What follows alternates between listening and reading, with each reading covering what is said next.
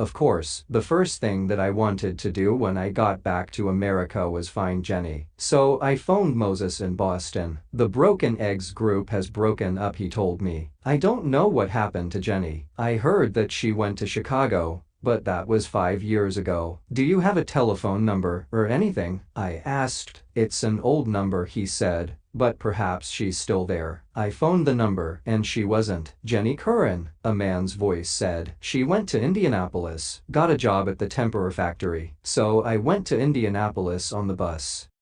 The Tempera factory was outside the town. I asked about Jenny at the office, and the woman said, yes, she works in here. Why don't you wait at the site of the factory? It's almost lunchtime, and she'll probably come out. So I did. A lot of people came out at lunchtime. Then Jenny came out. She went and sat under a tree on the grass and began eating an apple. I went up behind her and said, that looks like a nice apple. She didn't look up. She just said, Forrest, it has to be you. A minute later, I had my arms round her, and we were both crying. People were watching us with strange looks on their faces, but it didn't matter. Jenny and me were together again. I finish work in 3 hours, Forrest, Jenny said. Why don't you wait for me in that bar across the street? Then I'll take you to my place. So I waited in the bar, and I got into the wrestling business. How? I'll tell you. It started when I arm wrestled a man in the bar and won some money on a bet. That gave me an idea, but at first I didn't say anything to Jenny. She came across to the bar after work, and we had a drink and talked. I saw you on TV when you went up into space, Forrest, she said, and I told her all about that, and about Sue, the ape. What happened to him? She asked. I don't know, I said, but he was a good friend. Later, we went back to Jenny's flat, and she said, you can stay here. Next day,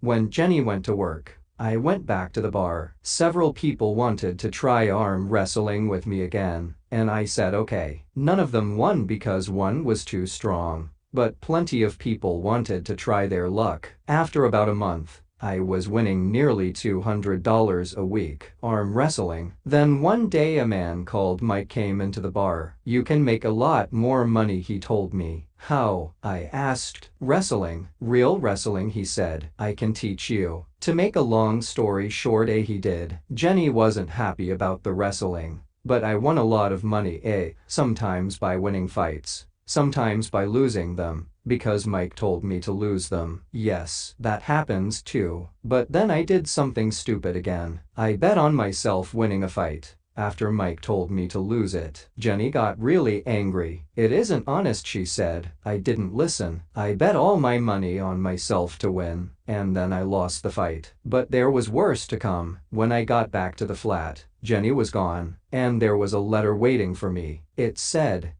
Dear Forrest, you're doing something bad tonight. It isn't honest, and I cannot go on with you like this. I think about having a house and a family and things like that now. I watched you grow up big and strong and good, and then in Boston, I realized that I loved you, and I was the happiest girl in the world. But then there was that girl outside the Oddity Club. Then you went up into space and I lost you for 4 years. And I think you changed. And I think perhaps I changed too. I just want to live in an ordinary way now. So, I must go and find it. I am crying while I write this, but please don't try to find me. Goodbye, my dear. Love, Jenny.